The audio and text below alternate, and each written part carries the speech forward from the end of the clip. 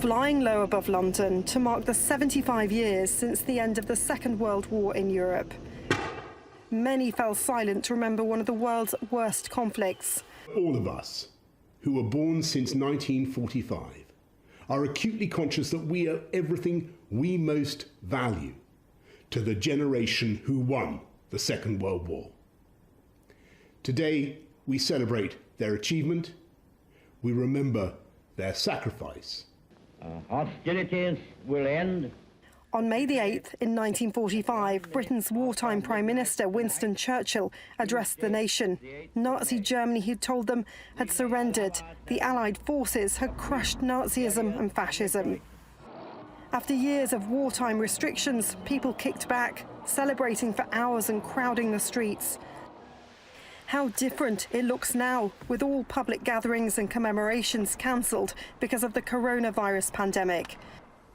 And Britain's cities, towns and villages marking VE Day inside gardens.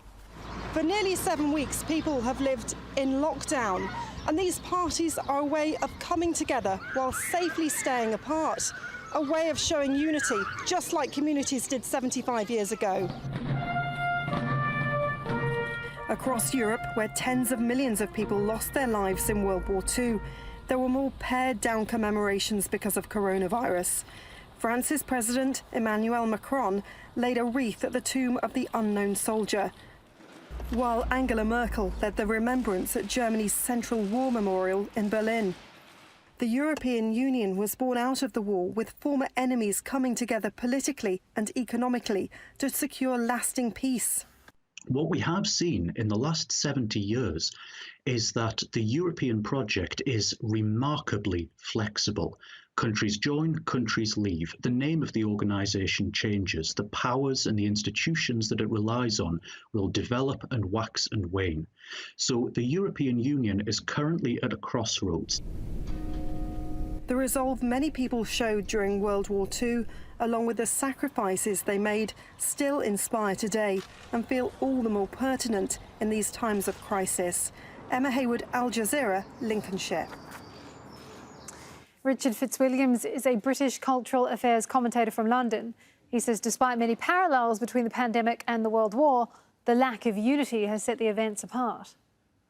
And I think listening to the Queen when she speaks at 9 o'clock tonight, this is exactly the same time that her father, King George VI, broadcast to the Empire in 1945, we will be, so to speak, walking with history, because the Queen herself, when Princess Elizabeth at 19, she and her sister, Princess Margaret, slipped out of Buckingham Palace and celebrated with the rejoicing crowds. It's also, I would say, very likely that at a time of crisis like this, as the countries in the world face the coronavirus epidemic, what we're looking at is the probability that the Queen will draw a parallel between the fight for freedom in the Second World War and what we're currently facing.